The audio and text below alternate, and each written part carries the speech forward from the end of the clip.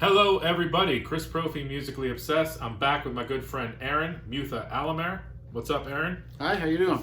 We're still hanging out in his room. We're still talking music. We're still looking through records, still looking through cassettes, still looking through everything we bought over the last week or so.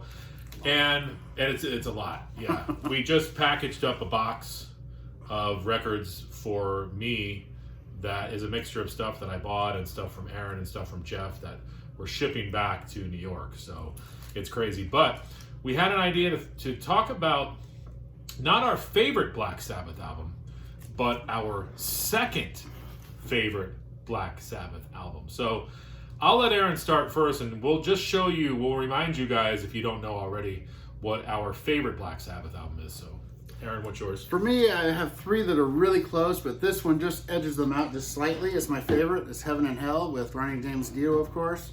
Love this record. I mean, I love the two Dio records are in my top three. I'll just say that. And so this is my favorite. You know, of course, it's got, everyone knows it. It starts with Neon Nights, Walk Away, Heaven and Hell, Lady Evil's on here, Children of the Sea. It's an amazing record. So that is my favorite Sabbath record. That is a great record. My favorite Black Sabbath album is Sabotage. And I really like the progginess that they started to get with this album. It started with Sabbath Bloody Sabbath and then sort of continued into Sabotage. And it's just heavy. I mean, you've got one of the heaviest riffs ever in Symptom of the Universe. I love the sprawling megalomania. It ends with the Rit.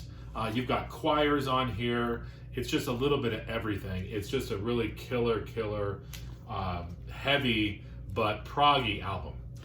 And I can see why that's your favorite, because it's a little bit of everything, and just like you, who likes a little bit of everything, yeah, I think that you gravitate towards that. So. Yeah, I like the diversity of that album. And that is a great one too. And I love the Aussie era, but I just have a couple I like just a little better. So now, this is exciting. We're getting into our second favorite Black Sabbath album. So, Aaron, you got the camera. All right, well, this is going to surprise some people, but my second favorite Sabbath record is Born Again with Ian Gillan.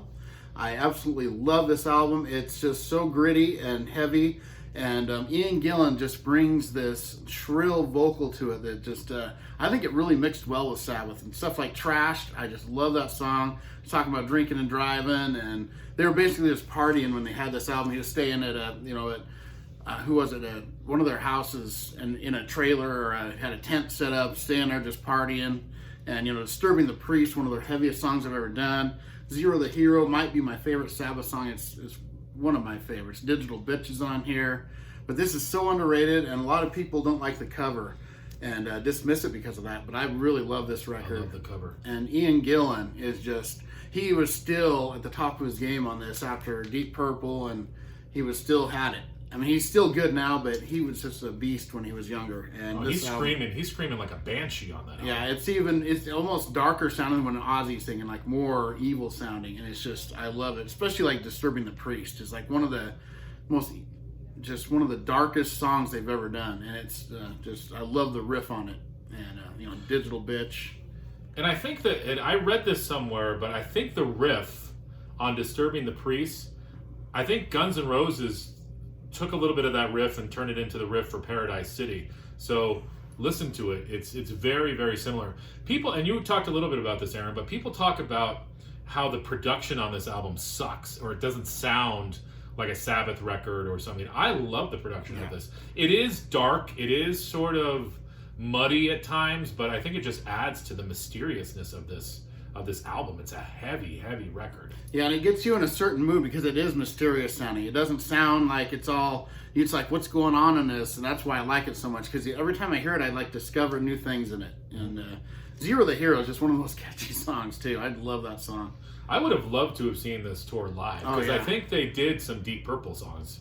Oh, that would have been cool. Which, to see Sabbath playing Deep Purple would have been really cool. Yeah. But I love that. That's a great album. That's a great choice. Yeah, there's my second.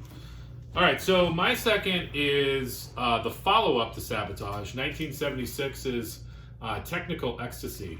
And just right off the bat with the cover, you can see you're getting something a little different with Sabbath. I feel like the experimenting continued with this record, and I love it. I love it when bands try something a little bit different, and Sabbath was able to do this. And this starts off with a real heavy song called Backstreet Kids. Then you move into You Won't Change Me. And I love in that song where he goes, nobody I know will ever take my rock and roll away from me. It's just kind of a cool little rhythmic thing. Then you've got Bill Ward singing a song called It's All Right. It should have been a hit. It sounds very Beatles-esque. Then side 1 ends with Gypsy, which is another heavy song. Side 2, you've got something a little bit different with All Moving Parts Stand Still. I was just listening to a little bit of it before we started this video. The bass in it is it's almost like a disco bass line in that song. It's really cool. Rock and Roll Doctor, live staple. She's Gone, a killer ballad with great vocals by Ozzy.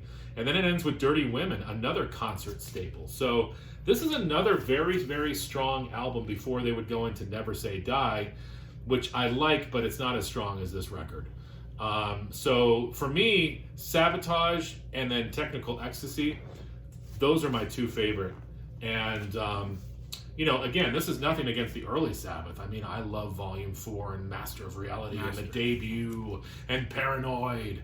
But there's just something about the experimentation in these albums like Sabotage and Technical Ecstasy.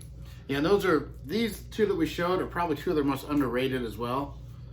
They just don't get the due they are deserved. They're both really great albums that are overlooked a lot, and that's very cool. So hopefully you guys enjoyed that, and let us know, do you have a favorite Sabbath album? Do you have a second favorite Sabbath album? Let us know in the comments below, and thanks for watching. And my third is Mob Rules and then Master of Reality, but I love all of them. I'd have to think about my third. I'm not sure. I'll get back to you on that one. All right, guys. Bye.